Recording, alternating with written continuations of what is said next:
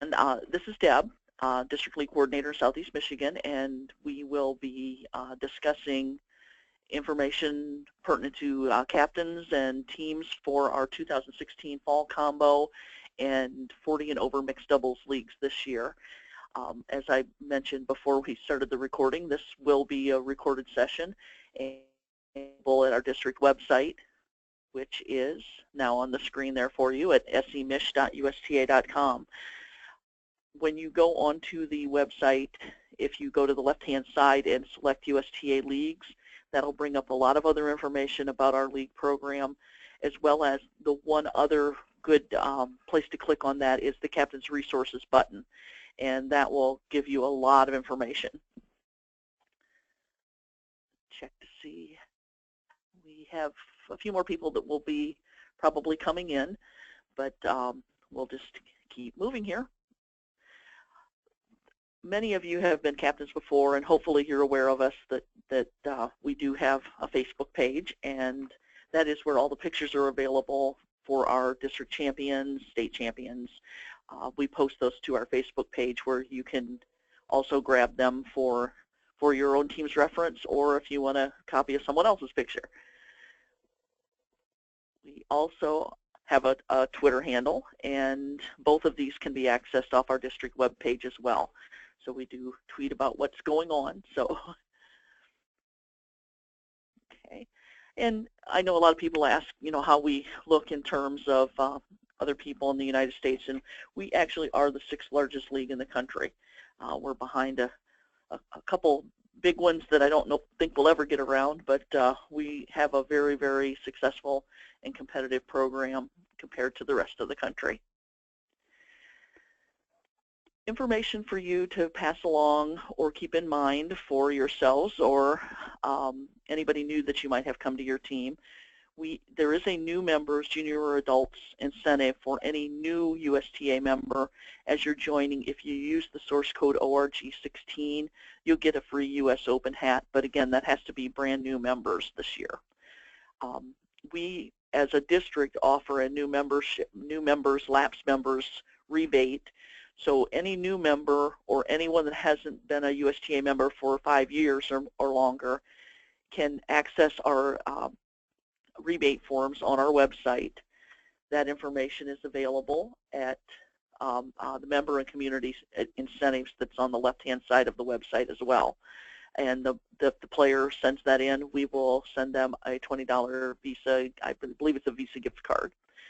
And so hopefully some of you have been around for a while and in the spring received our 5 or 10 year thank you gift of appreciation that we send out to our 5 and 10 year captains. We handle all of that in the spring. So we will be doing that again this next spring as well. We have one more item that I'd like to talk to you a little bit about, and it's our Darley Toller Award. And that has been in place for several years. You can read more information about the previous recipients on our website as well. But we award this to a league player. Generally, it's been a captain that best reflects the qualities exhibited by Darley as a captain, player, and supporter of USTA leagues. We're looking for players that are honest, sincere, have good sportsmanship, and are committed to growing tennis at all levels of play. We're looking for someone that goes above and beyond for their teams and their players and tennis and league tennis specifically. We are taking nominations through November 1st, and that form is also available on our website.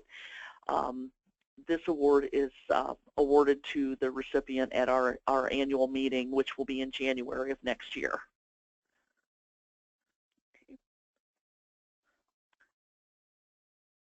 Don't see any questions so far, so that's good.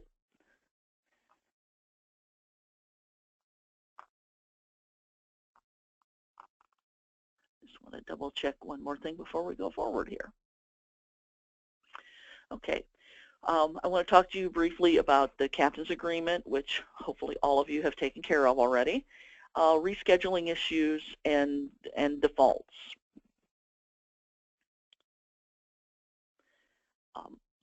We have asked our captains for each league season to complete a USTA League Captains Agreement. What you see on your screen now is the screenshot from our district website, which you will see.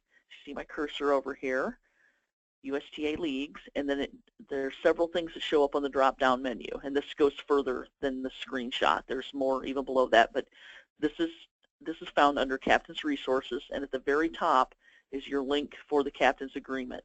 We're generally using this for two purposes. One, to have a place where the captains are looking over what we expect you as a captain to adhere to as a captain. And two, the other thing is for us to have a place to grab contact information. Sometimes the information on your membership is not the information that you want to be used for other things. So we ask you to fill that out, and that's where we'll grab the information. Just bear with me here for a second. Okay. This is also where you will see the recorded sessions of the webinar. We currently have last summer's up. We had a regular captains meeting and a new captains meeting. So if any of you are inclined to want to go see that, you are more than welcome.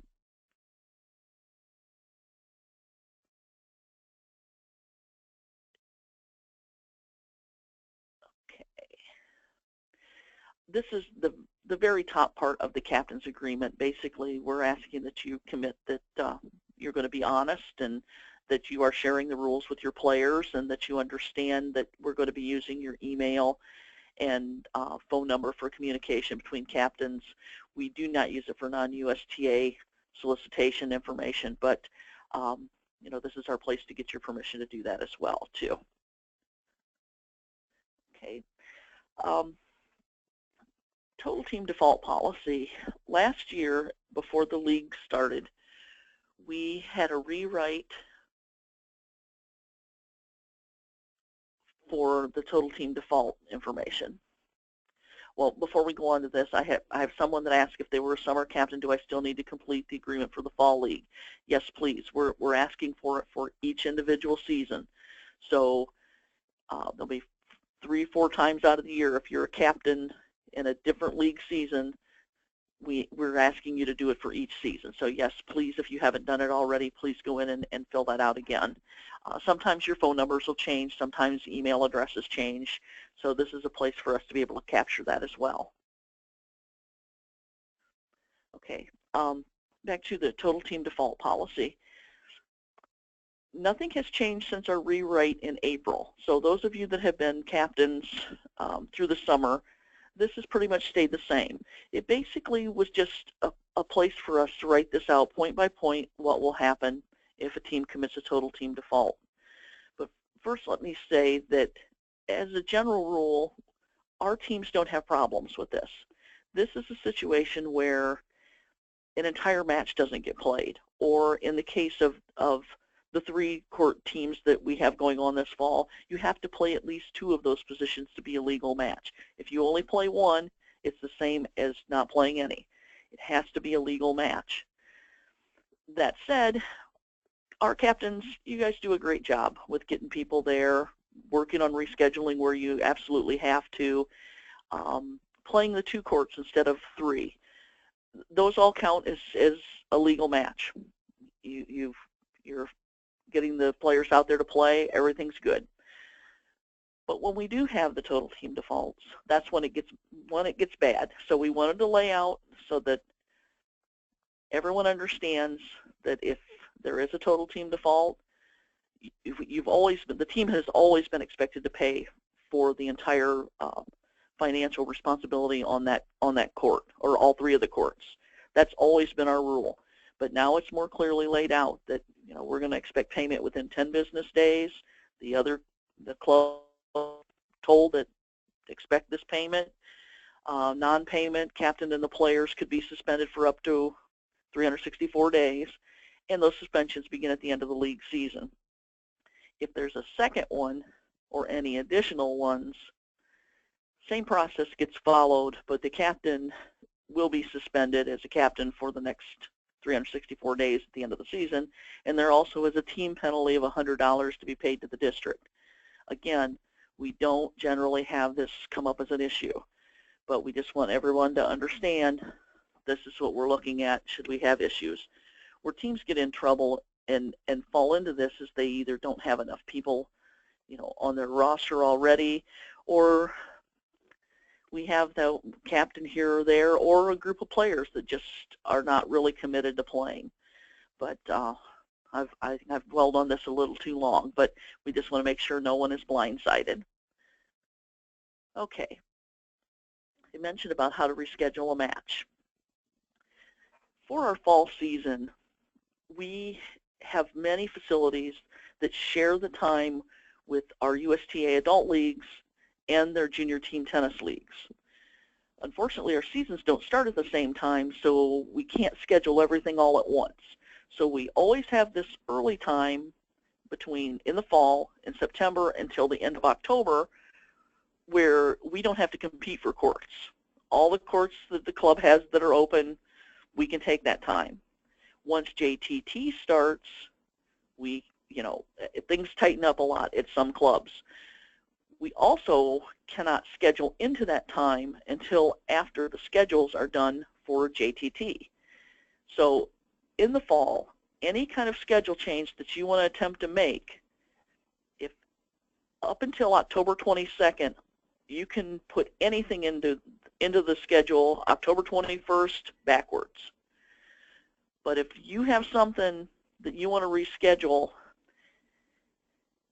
if it actually is being October 22nd, it has to get replayed before then. If it's an October 23rd match, 24th, 25th November match, you can wait until after the junior team tennis schedules are published, which they're going to start play October 22nd. So after that point, anything after October 22nd is available. But I hope everyone understands why we do what we do with this, because we've had issues in the past where we end up having things double and triple booked because an adult match gets scheduled into something that then, as we sit here, we schedule a JTT match into it. And then somebody does a schedule change, and now there's 3 of them. So it's confusing. So please understand that's the limitation that happens in the fall. Now, generally speaking with rescheduling, just understand that during the indoor seasons, it's a lot more difficult to reschedule just because the courts have a finite amount of courts. Their space is booked for many, many other things going on. Understand that when you do ask another captain to reschedule, they have to agree to it. No one is required to reschedule. The somewhat exception we'll make on that has to do with any teams that have qualified for the national championships, but generally speaking, teams are able to get themselves together to be able to play with other people on their rosters, except in situations where some team has qualified for nationals, and our schedules have to be written before we know this in most cases. So with those situations, I want you to please be extra flexible when you can. Others, if you can work it out and you can find court space, great. The other keys to rescheduling are that both captains need to email me with the new date and time in place. All of that has to be taken care of and in place before the original date of the schedule, and it can't be any later than the Sunday of the last weekend of your scheduled flight. So if you have questions about rescheduling, I'm more than happy to go over those with you. If you want to either call or email me, I can, more than happy to go over that with you some more. Once I do see the agreement from both captains and I know the club's good to go, then I'll make the change in Tennis Link. And that's where, when you see on your team schedule, on your team summary page, you'll see an R. That will show up if I do a reschedule. But just because there's an R doesn't mean it's been rescheduled. The R shows up there whenever a comment is put in the comment line for a specific match. And whenever I make a schedule change, I always note the old date in there, but I've also written some other notes in there for other things. I know in the summertime I try to put the outdoor clay court people, I try to put that information in there. So just don't freak out if you see an R. It may not mean that it's really rescheduled. Click on it and see what the note line is. Okay, I have a question here from someone that if I have a match currently scheduled for October 29th, and we know that we need to reschedule, does it have to be rescheduled to be played before October 22nd? Yes. Any kind of rescheduling that you need to attempt and you want to put in place now, it has to occur before October 22nd. If you wait until the 22nd to try to work on something, then those November dates open up for you. But you also might be running out of time, or it'll just be a little closer than you might want to be. Okay.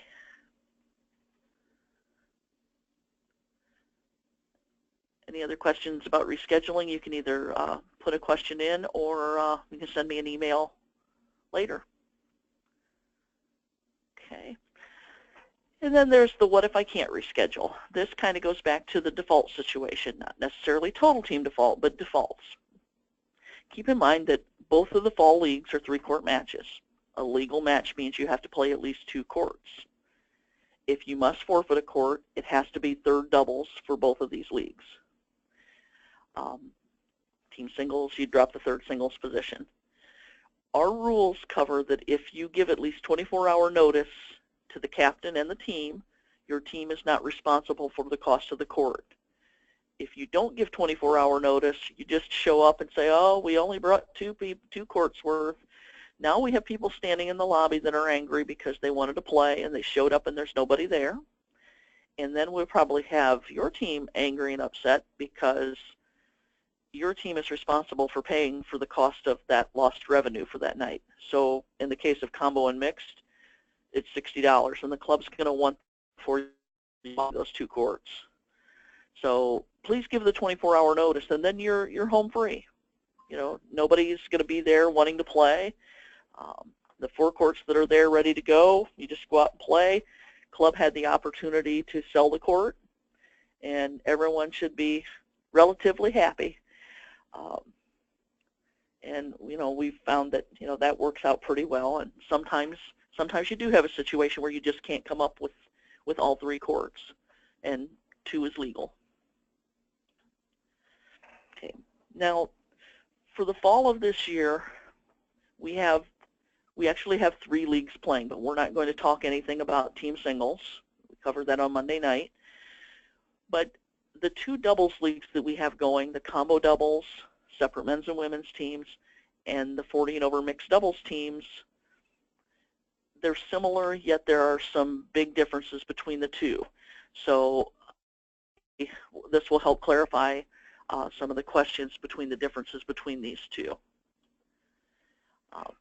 Let me first talk a little bit about the mixed doubles league. This league is actually a 2017 league. We're starting in early. That's why you see ESL. It's Early Start League, not English as a second language. It's Early Start League. It belongs in the 2017 championship season.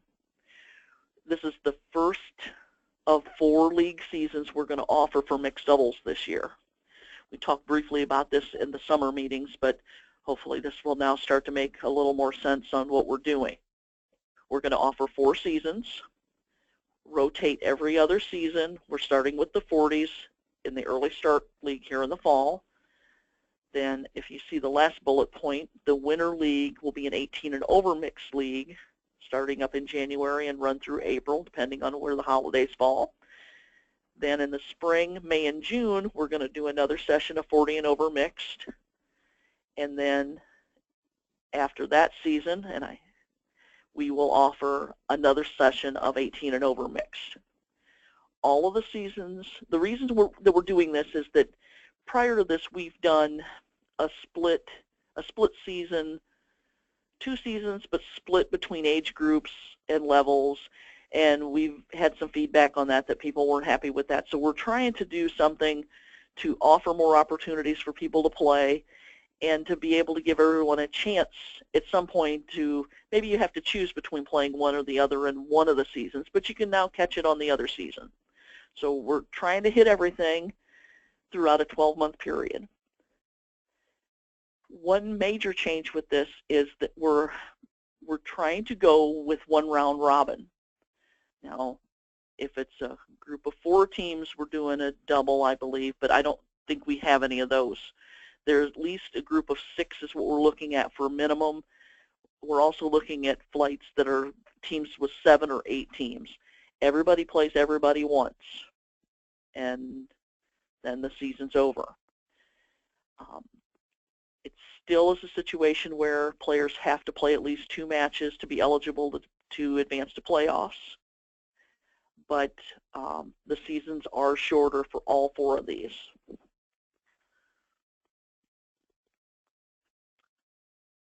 This is a slide that kind of helps you out a little bit with what I just verbally had told you about the date range of when we're looking at doing the mixed doubles.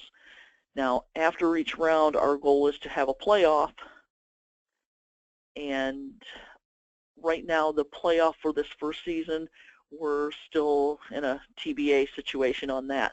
We're looking at where we can fit it all in. Our goal for the winter season, and actually that season won't run through April because we're looking at playoffs in March. So that season will be like January, February, quick season, and then our playoffs. Spring season will start up in May.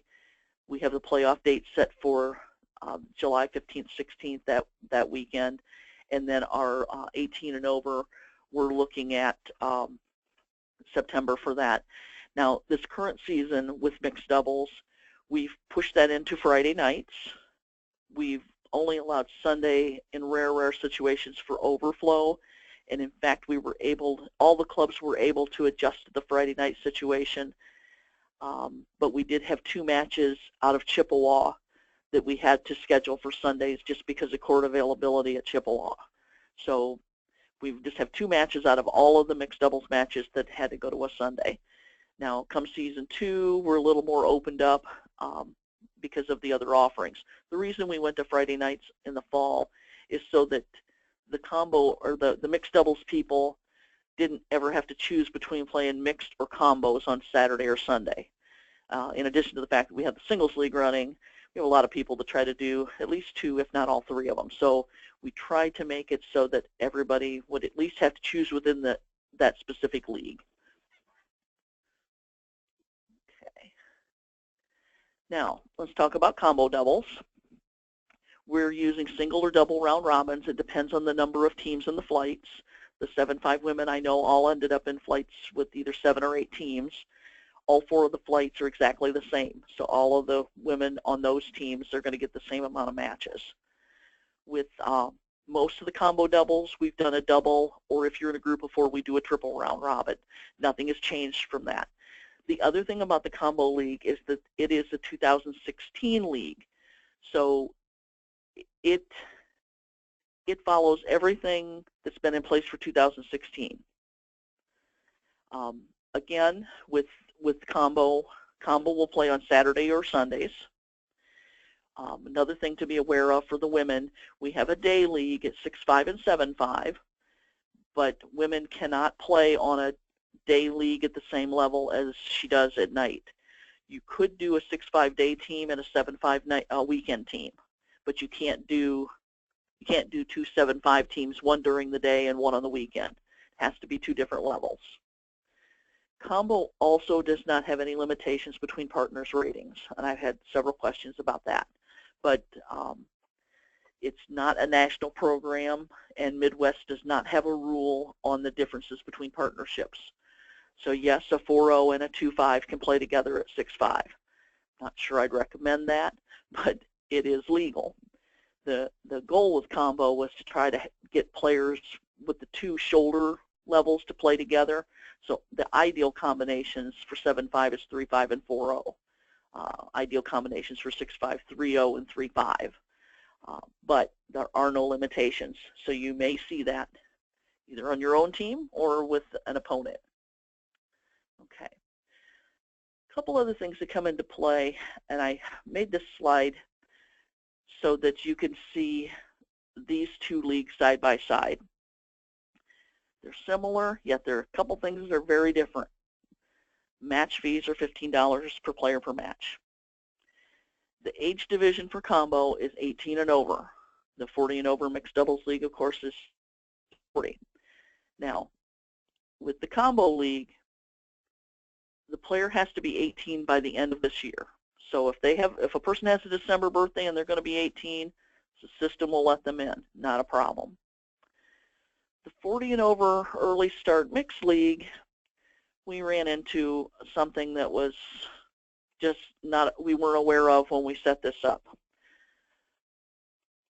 Normally, if you age into a group, you're allowed to come in a bit early. Like I said, with the 18 and over, you know, if you have a birthday within that year, you can. With the 2017 Early Start League on the 40 and over, the system is not able to recognize someone turning 40 next year. If we had run this league and had matches in January and February, that 39-year-old that will be 40 in July of 2017 would have been allowed to join the team in January. That person still couldn't have joined in the fall, but they could have joined in January. But we're not playing into next calendar year. We're finishing it all in the fall. So in effect, we will have no one that's 39 turning 40 in this fall session. You have to be 40 in 2016 for the computer to recognize that you're eligible to join. So if someone's turning 40 in December, the system should let them in. If you have someone like that, let me know, because I think that one will be okay. But if they're 39 turning 40 in 2017, it will not let them in. Any questions about that?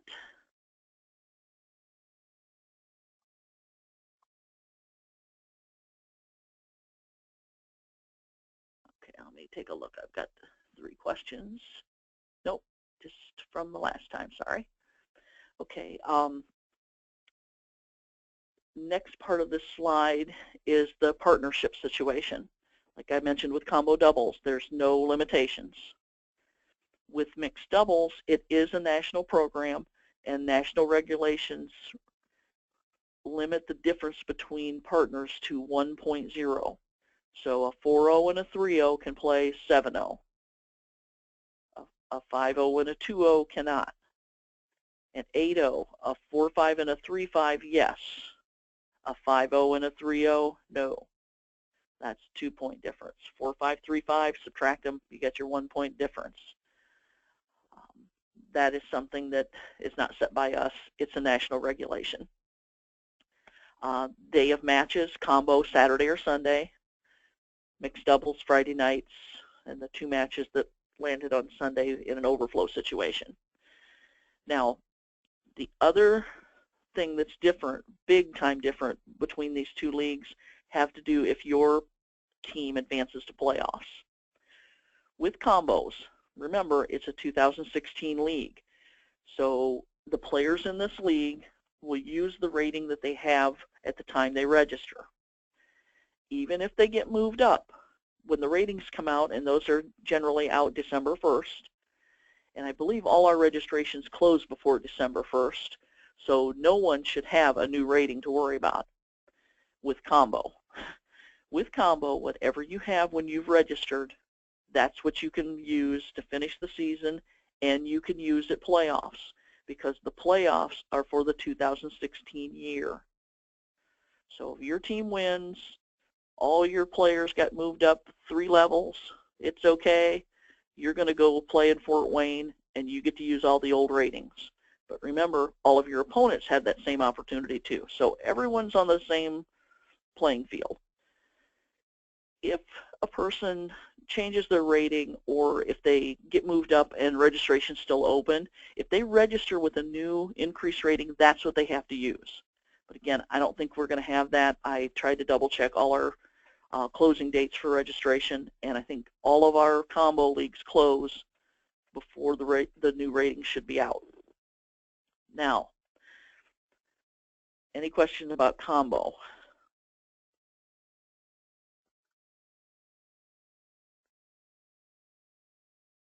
I have a question. District, state, Midwest, national playoff dates released for the new fall mixed leagues? No, those are 2017 programs, and nationals for 16 are just starting this weekend. So definitely not nationals, and I'm not anticipating anything for Midwest for at least another month or two. Okay. Let's talk about the 40 and over mixed and the ratings. Remember, this is a 2017 league, so you have to think in terms of how it will impact anything in the 17 season. Players that get moved up with their year-end ratings are allowed to finish the local league season with their original rating. So ratings come out December 1st. If you still have a mixed doubles match after they're published, your player gets to use the old rating for the local league match. If this player's on a team that advances to playoffs, they have to use the 2017 rating. It's going to be a 2017 championship, so that rating is the one that has to be used for 2017. Part of why we talked about using 40 and over mixed as the early start league is we felt that there would be the least disruption because of move-ups, because of the age of the players. Most people's ratings tend to stay at about the same rate. They don't fluctuate a whole lot once you've been in the program for a while. So we figured there wouldn't be that much disruption. And two, with a mixed doubles team, even if a person gets moved up, that person may still be eligible for the team. If you've got a 7-0 team and you had someone in there that was a 3-0 and they get moved up to a 3-5, there are going to be plenty of other people that that person could partner with after the move up. Now, it's possible that you could lose someone. You've got a 4-5 and a 3-5 combination playing in an 8-0 league. The 4-5 player gets moved up to 5-0. That person's no longer eligible to combine with anyone at the 8-0 level, so yes, you would lose that player. But for the most part, any kind of adjustment is probably still going to be able to be worked with within a team, but the partnerships would change.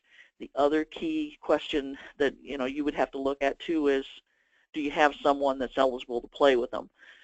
In the 7-0 team example, you have a person that's playing, well, the 3-0 that gets moved up to 3-5. That person might still be eligible, but if you don't have another 3-0 player on your roster that's played at least 2 matches, you may lose your 4-0 player because there's no one for that person to partner with.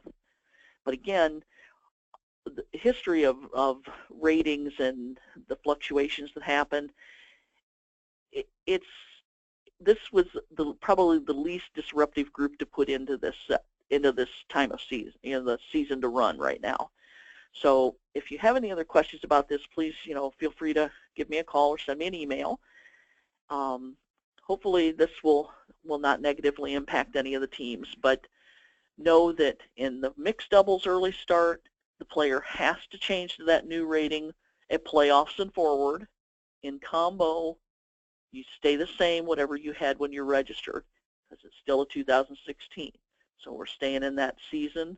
For the rating that you had in 16, you get to keep it if you came in with it. With mixed, you came in with one for a next year season. If your next year rating changes, you have to go to that one.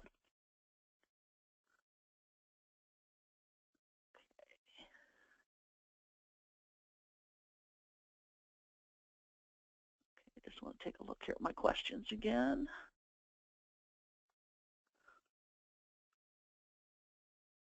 Question about combo district playoffs. We're working on that right now. We're looking at 2 different weekends in December. As soon as we have that, we will let you know. Okay, so we're working on that right now. So we're trying to come up with a site. Okay. Getting close to the end here. Just a couple other little kind of rule reminders. Our local league matches are unofficiated matches. Your players or you as a captain, you can't solicit outside help for calls, foot faults. All this stuff has to be resolved by the players on court. We recommend strongly that you take a look at the code. It's available online at our website, and it's a good source to how to handle situations in unofficiated matches. I've pulled two of the listed items in the code that I think if these were both followed, we would not have as many problems as arise when problems arise. But the very first one in the code is, courtesy is expected. Tennis is a game that requires cooperation and courtesy, and if everyone treated everyone the way they'd like to be treated, things would probably go very smoothly. The other thing is, and I understand that, I could be living in a Pollyanna world, but your opponent is supposed to get the benefit of the doubt. If everyone gave their opponent the benefit of the doubt, then everyone would be bending over backwards to make everyone else happy. When people get in trouble is when things kind of get tight, and then people feel that they're not being treated fairly, and that's when things arise. But if everyone focused on giving players the benefit of the doubt or treating people the way they like to be treated, it would be a much more pleasant afternoon.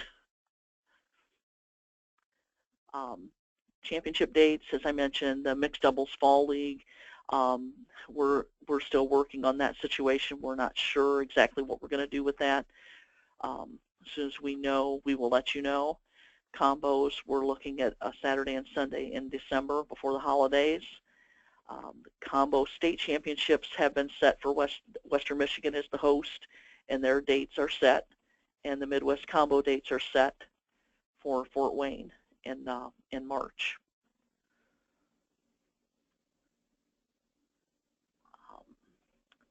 If you have any other questions, okay, I think I have one here. If players, give me just a second. If players do not agree on a rule or a call, can they ask the captains on site to weigh in during the match? I would strongly suggest no. Well, if it's a rule, that's different than a call. No one's going to be able to help you with a call other than the people that are on the court. No one else had a better view of it than the person that was standing right on top of it. Next best person that saw it was that person's partner if we're talking doubles. Then the next other two people that get to weigh in on this are on the other side of the net. If it's a rule, each of you should have some of those rules available to you to review on court without having to pull your captains in. Captains are probably playing their match as well, so that means stopping someone on another court. In situations where things have gotten a little out of hand and a captain does need to intercede, the first thing I would strongly encourage you to do as a captain is to get the other captain to go with you, so that both of you were there, as opposed to one coming in and the others feeling like it's now a lopsided situation. So if it's a question, about a call or those kind of things, you're going to have to work that out on the court. If it's a rule, it kind of depends on what that rule is. And again, and whether or not you're going to have to disrupt play on another court. Okay. Wrong numbers listed on a captain's list. How do I get the correct cell number added? If you're talking about for yourself, send that to me in an email, or make sure it's corrected on the captain's agreement, because that's where we'll make the corrections. We still have to pull all those down and make any kind of adjustments to that. We also still have there's a captain's contact sheet that we get out to each of the captains in the flight that will also include their email address. We haven't done that quite yet. I hope that answers that. That was for Carmen. Are there any other questions? Well, I want to thank all of you for being captains. I know it can be a fun job. It can be a tough job, and hopefully you've got a group of players on your team that make things run smoothly for you. Um, Again, if you have any questions, feel free to give us a call here at the office. Type them in here furiously if you want to here for the end of the webinar. You can give us a call here at 734-421-1025, or always send an email at deb@semich-usta.com, and we'll take care of it there. Well, if there aren't any other questions, I appreciate your time today, and appreciate you being captains, and we'll see you out there on the court somewhere. Have a good season.